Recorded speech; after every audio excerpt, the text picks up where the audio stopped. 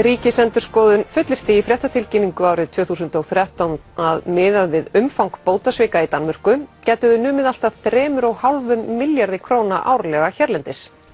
Danska skýrslan sem byggt var á var hins vegar bara skoðanakönnun, auk þess sem meinleg þýðingarvilla skekkti niðurstöðuna. Þrátt fyrir það voru þetta megin rök stjórnvalda fyrir því að herða mjög eftirlit með greiðslum Tryggingastofnunar. Allt þetta hérna rétt á eftir og ég bendi á að umfjöllunin textuð á síðu 888. En þá að meintum bótasvikum, Helgi Seljan og Guðmundur Bergqvist taka nú við. En alltaf 3,5 milljarður svikin árlega út úr almannatryggingakerfinu að mati Ríkisendurskoðunar sem leggur til hert viðurlög við bótasvikum.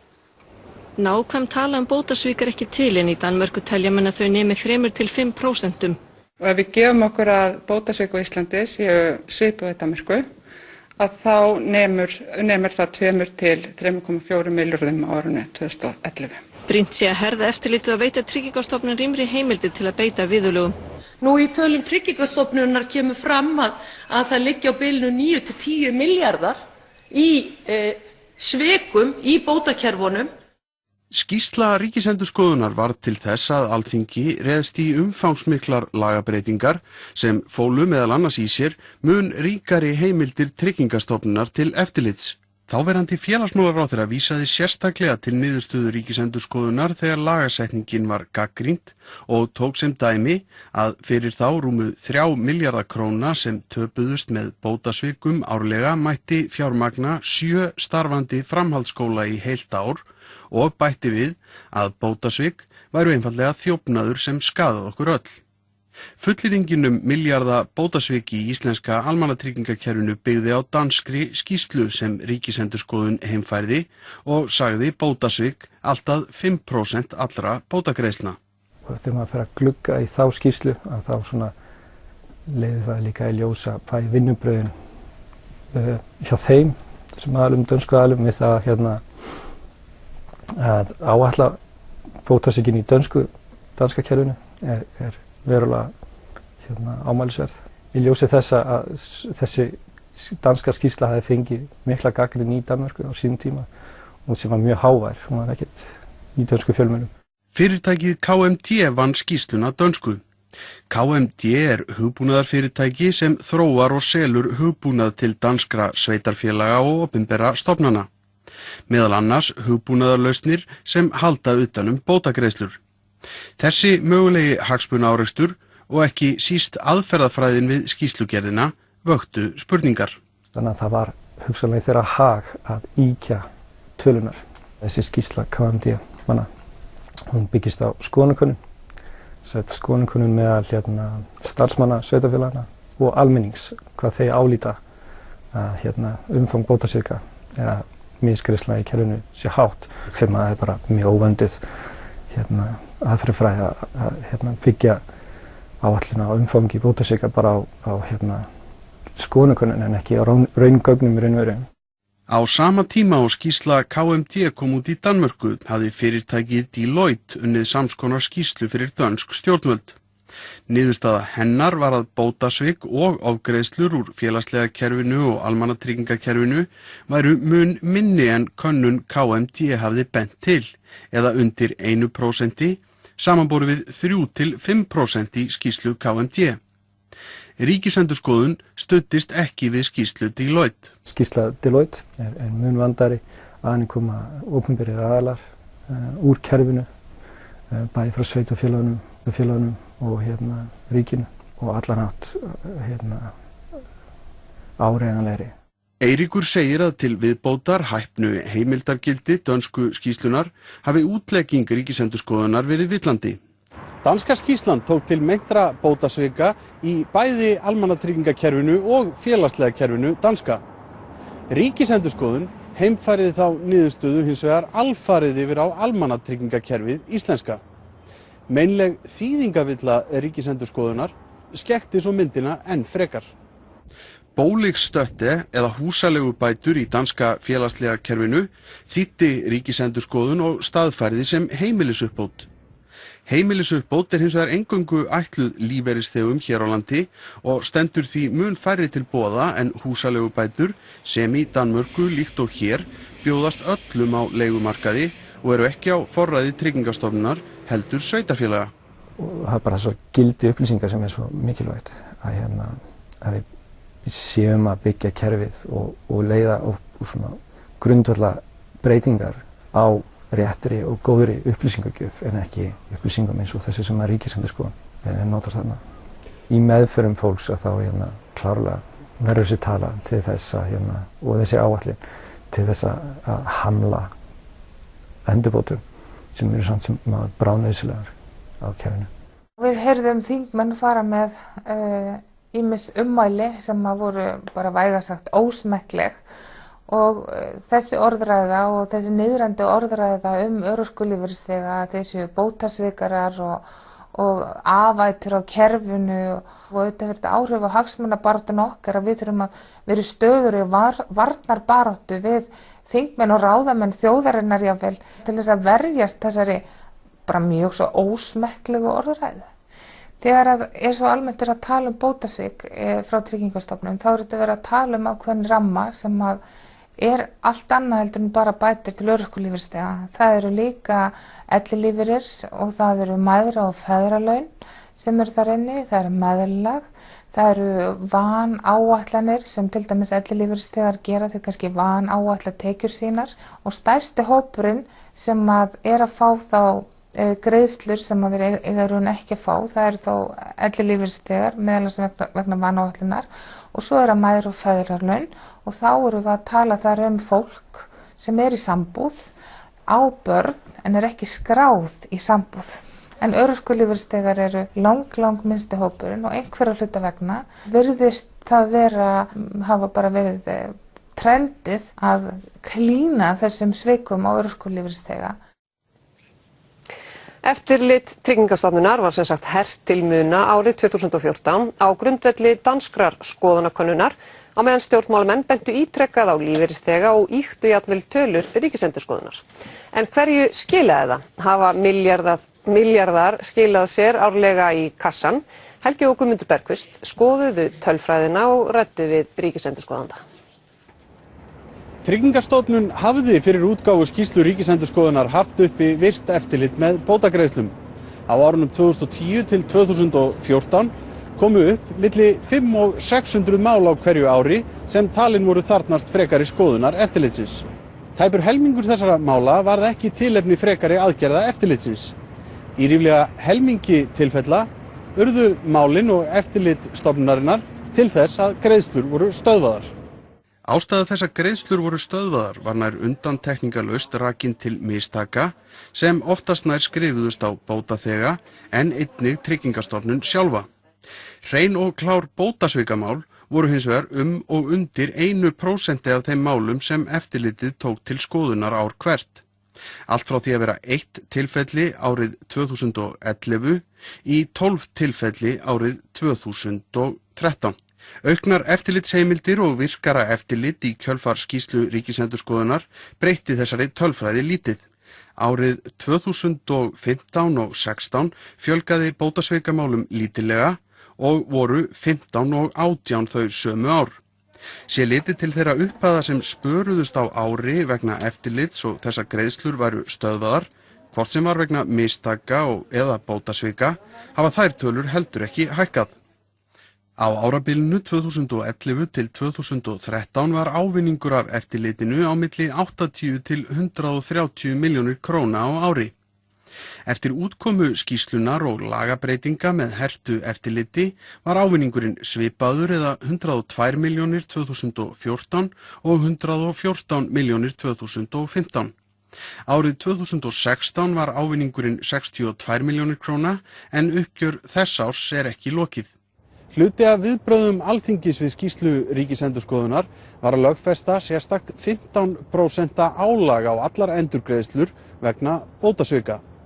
Beiting þess ákvæðis bendir þó ekki til þess að milljarðar séu sviknir út úr kerfinu af lífeyrisþegum á hverju ári.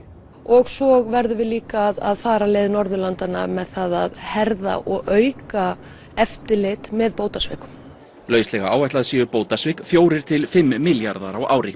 Sú aðgerð leiddi það í ljós árið 2015 að það var eitt slíkt mál. Það er að segja, það var einn aðili sem þurfti að greiða tilbaka bætur með þessu 15% álagi. Eftir á að hyggja með við þetta aukna eftirlit sem Tryggingastofnun fór í og heimturnar úr því, tel ég að þetta hafi verið ofmat hjá okkur? Vil nú ekkert svona tjá mig beinlínis það, en það sem að við getum sagt að sé nú undirliggjandi og skýrir akkur við erum að svona jafna þessu saman það að við höfum löngum tekið svona hugmyndir, norrænar hugmyndir og gert að okkar og sögðum bara það að ef að í raun og veru þetta væri fælt yfir á kerfið okkar að þá gætu fjárhæðirna numið sem þarna greinir í skýrslunni. Bótasvik í almannabótakerfinu eru sérstaklega skaðleg og draga úr getu stjórnvalda til þess að styðja þá sem á því þurfa að halda og rétt eiga á. En í Danmörku var í raun stráttlega tekið ekki rannsókn, heldur skoðanakönnun meðal starfsmanna, eftirlitsdeilda sveitarfélaga og dansks almennings og hún tók bæði til félagslega kerfisins og almannatryggingakerfisins. Það var ekki sambærilegt í raun og veru. Það sem ég var að nefndi áðan, bara kerfin eru svipuð. Hvort heldur það er ríkiskerfin eða sveitarfélagskerfi. Auðvitað er svo sveitarfélögin með sín sérstöku bótakerfi og þau kannski eru ekkert inn á okkar eftirlitssviði. En ef við segjum að þetta hafi verið ofmat, sem kann vel að vera að það hafi ekki verið nægilega, því þú nefndir þetta væri meira í eftir skoðanakönnun heldur en það væri beinlínis rannsókn sem að lagið þar á bakvið. Að við vísum líka þarna í tölur frá Bretlandi. Það eru reynda prósentali lægri, það eru 2% sem að vera að tala þar.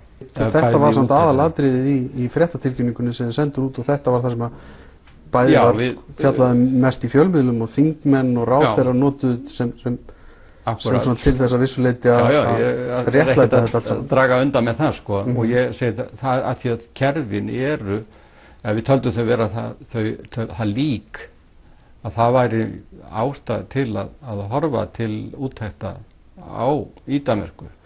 Þið takið eitthvað sem heitir heimilisuppbót sem að örorkulífeyrisþegar geta fengið og þýðið danska orðið boligstötte sem heimilisuppbót þegar það er í raun og veru áviðum bæði eða áviðum húsaleigubætur. Þetta er svolítið óheppileg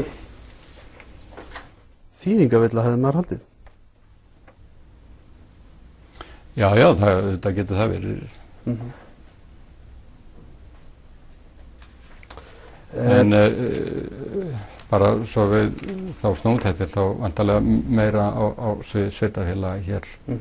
Það er mjög bara vont að þessi þýðingavillur í þessu kerfi og við bara byggjumst velveringar á því, getum ekki annað. Í skriflegu svari ríkisendurskoðanda í kjölfar af viðtali Kastljós sagði að árið 2013 hafi ekki legið fyrir rannsókn á bótasvikum í íslenska almannatryggingakerfinu. Til þess að leggja áherslu á að verulega fjármuni gæti verið að ræða hafi ríkisendurskoðun stuðst við skýrslur bótasviki í nágrannalöndum okkar. Ekki var gengið út frá því að umfang bótasvika væri endilega jafnhátt hér á landi og í Danmörku eða í Bretlandi. Þar sem ekkert mat slíkt hefur farið fram. Danska skýrslan var því einungis notuð sem dæmi, ekki sköpum varðandi þær ábendingar ríkisendurskoðunar sem fram komu. Hafi einhver misskilningur orðið við túlkun skýrslunar árið 2013 biðst ríkisendurskoðun velvirðingar á því. Stofnunin leggur hins vegar áherslu á að slíkur misskilningur hefur ekki haft nein áhrif á megin niðurstöður skýrslunar mikilvægi þess að skilgreina og meta bótasvik og mistök og efla eftirlit með bótagreiðslum, segir í svari ríkisendurskoðanda. Það rímar hins vegar ekki við framsetningu ríkisendurskoðunar og talsmanna hennar við útkomu skýrslunar árið 2013. Í fréttatilkynningu sem send var fjölmiðlum og vísað til af talsmanni embættisins sagði orðrétt: Ætla má að bótasvik í almannatryggingakerfinu hafi numið allt af 3,4 milljörðum króna árið 2011. Ríkisendurskoðun telur að efla þurfi eftirlit á þessu sviði, meðal annars með því að rýmka lagaheimildir Tryggingastofnunar til að afla og vinna með persónuupplýsingar. Þá eigi að rýmka heimildir stofnunarinnar til að beita viðurlögum við bótasvikum. Með öðrum orðum var útlegging á umræddri danskri skýrslu beinlínis lögð upp sem röksemd fyrir því að herða eftirlit og viðurlög við þeim miklu meintu bótasvikum sem Ríkisendurskoðun taldi að færu fram hér á landi. Flókið almannatryggingakerfi í Bretlandi veldur því að vangreiðslur eru þar síst minni en ofgreiðslur að sögn Eiríks Smith. Kerfið í rauninni í jafnvægi í ójafnvæginu. En eins og Ellen Kalmon bendir á, þá oft misbrestur á því að lífeyrisþegar fái þær greiðslur sem þeir sannarlega eiga rétt á og rétturinn til leiðréttingar, segir hún að sé ekki sá sami og skyldan til endurgreiðslu, þegar Tryggingastofnun telji sig hafa greitt of mikið. Hér eitt slíkt dæmi. Að þá kemur í ljós að þetta helst nánast jafnt í hendur. Það er greiðslu sem eru ofgreiddar og eru síðan vangreiddar. Þannig að öll umræða bótasvik og siðleysi meðal öryrkja verður að endurskoða þessu ljósi og eru bara mjög varaverðar.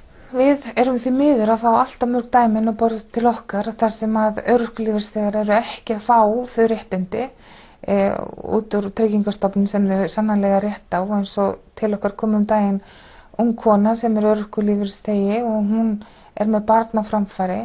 Hún var meðlag frá sömu stofnun en hún hefur ekki fengið neitt barnalífeyri. Hún á rétt á barnalífeyri. Barnið er 10 ára gamalt en hún hefur farið á mis við barnalífeyri 10 ár.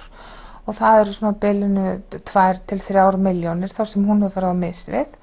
Hún getur sótt 2 ár aftur í tíman og það má reyna við 4 ár aftur í tíman en hún fer alveg örugglega á mis við greiðslur í 6 ár.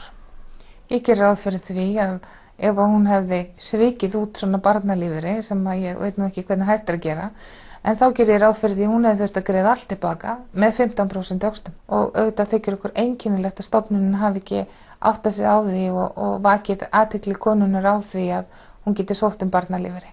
Og svo er líka spurning, ætti hún að hafa þurft að sækja barnalífeyri, ætti stofnunin ekki bara að hafa greitt henni barnalífeyri leið hún fær meðlag.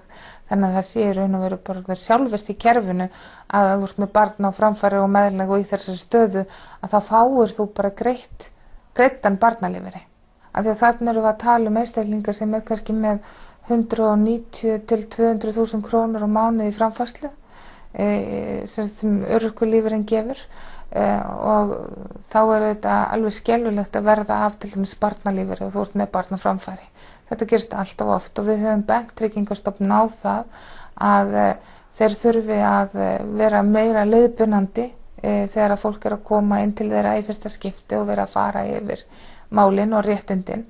Við viljum að sé gott eftirlit með fjármálastofnunum, við viljum að sé gott eftirlit með skattkerfin okkar og við viljum auðvitað sé gott eftirlit með til dæmis þjónustustofnunum sem þjónusta fatlað fólk og langveikt fólk. En við viljum líka að opinberar stofnanir standi við sitt og greiði í tíma og greiði vangoldnar greiðslur við fyrsta tækifæri. Alveg eins og þær gera kröfu að þegnarnir gera það. Þorsteinn Víglundsson, félagsmálaráðherra, verður gestur Kastljós á fimmtudag þar sem hann ætlar að fara yfir þessi mál fyrir hönd ríkisstjórnarinnar.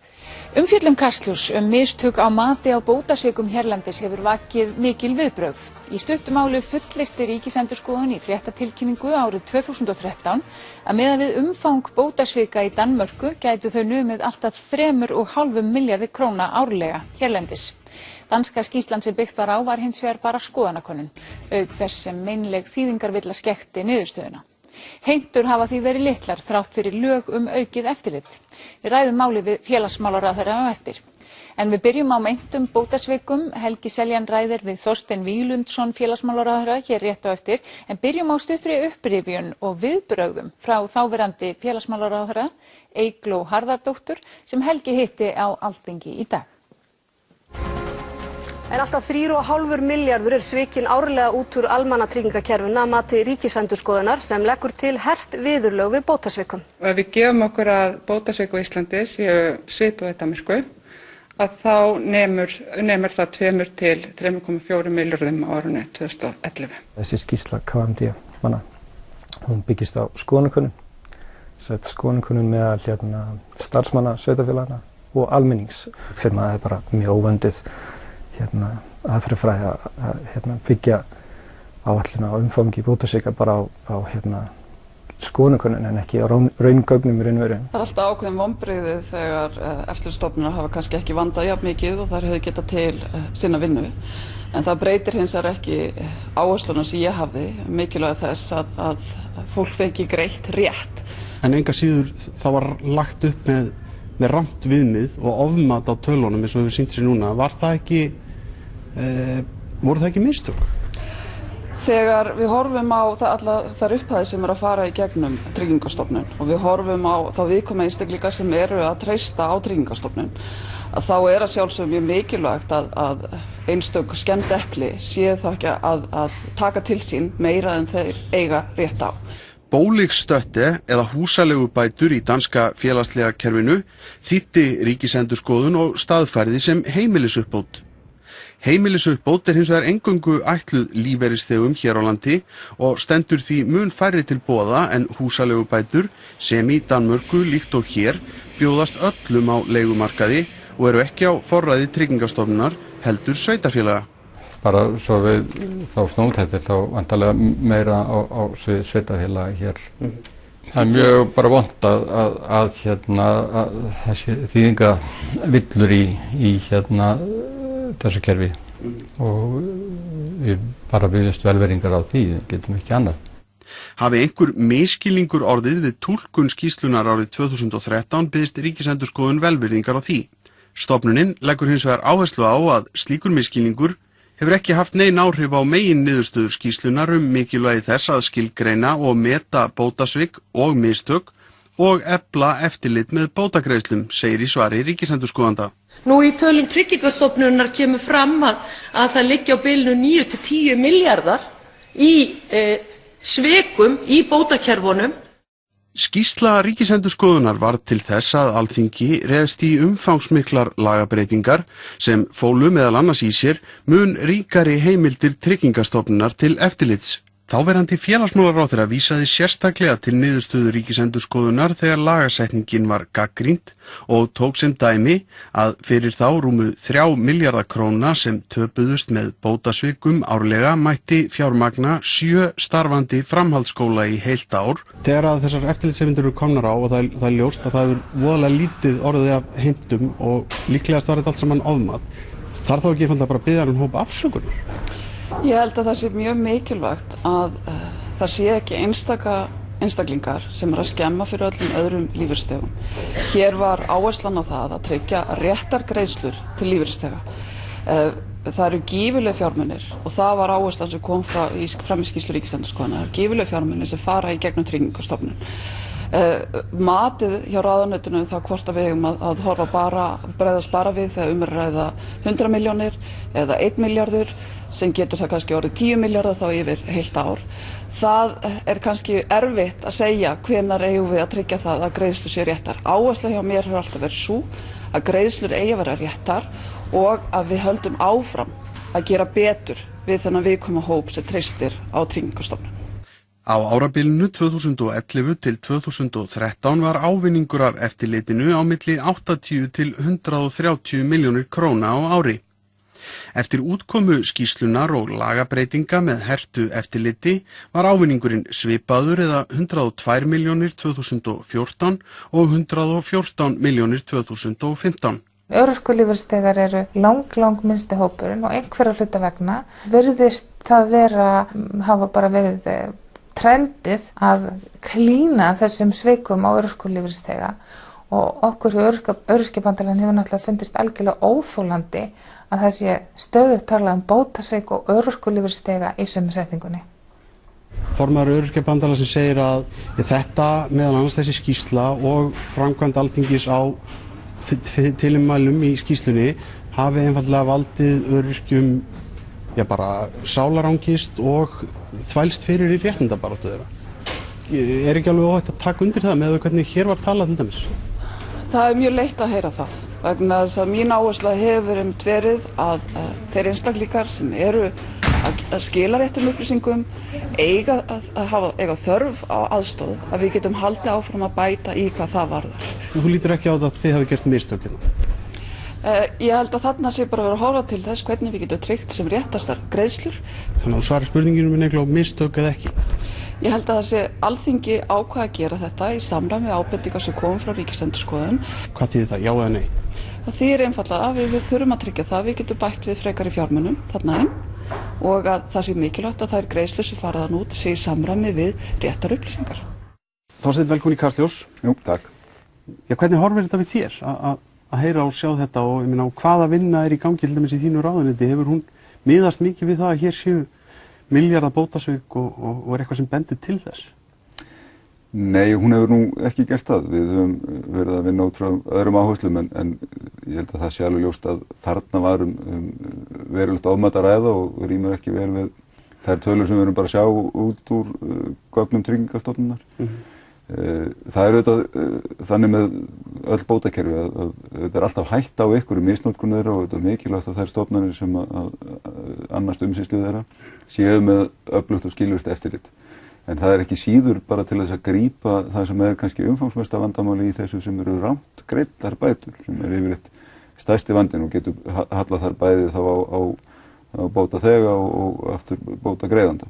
Þannig að það er þetta mjög mikilvægt að tryggja að það sé einmitt skilvirkt og gott eftirlit og það sé þá það lágmarkar auðvitað hættu á öllum bótasvikum sem að vissulega getur alltaf verið fyrir hendi en ekki síður á þá mistökum af hálfu beggja aðila sem að er samkvæmt okkar tölum það sem að kannski mesta umfangin liggur í.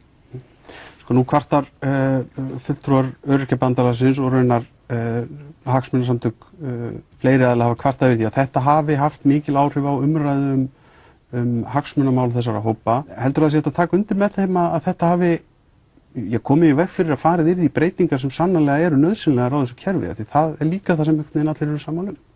Nei, ég er nú ekki alveg sammála því. Það er alls ekki mín upplifun af umræðum þessi málefni á undanförnum misserum að þau séu alveg gegnsýrð af umræðum bótasvik þó svo að sú umræða komi upp endrum og sinnum og augljóslega gerði það í tengslu við birtingu skýrslunar á sínu tíma.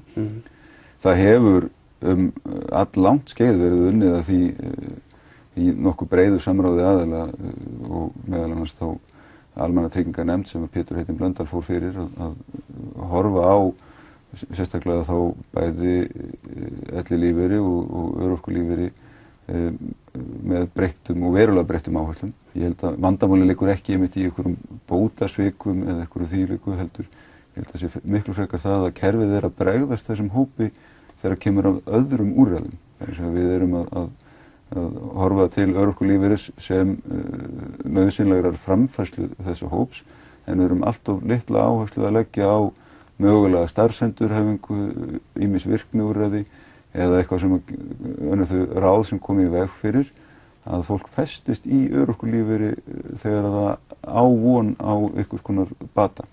Og þar eru að horfa til þess meðal annars hvernig við getum aukið svona vinnumarkaðstengd úrræði í gegnum Vinnumálastofnun.